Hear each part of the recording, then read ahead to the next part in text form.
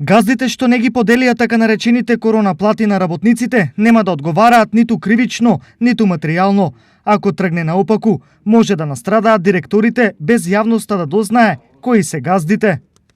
Наспроти сите досегашни повици од невладини организации, здруженија, синдикатот, но и заканите од УЈП и владата, спас за газдите кои се од квартот на срамот има. Во кривичниот законник нема пропишена казна за кривично дело злоупотреба на државна помош, како што на пример е во Хрватска. Кај нас не само што нема, туку во кривичниот законник јасно е потенцирано. На никого не може да му се изрече казна или друга кривична санкција за дело, кое пред да биде сторено не било со закон определено како кривично дело. Објаснува даночниот експерт Славко Лазовски. Луѓето како Лазовски воопшто не се случајни и тие во оваа сфера многу добро знаат што е, а што не е кривично дело.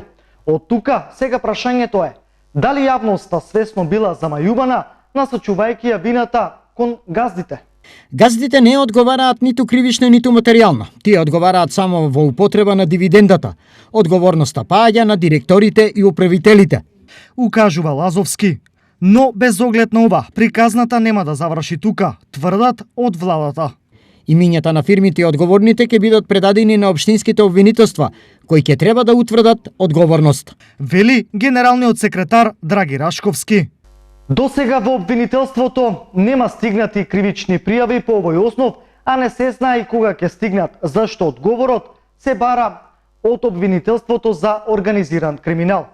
Што ќе се случи, никој на вистина не знае.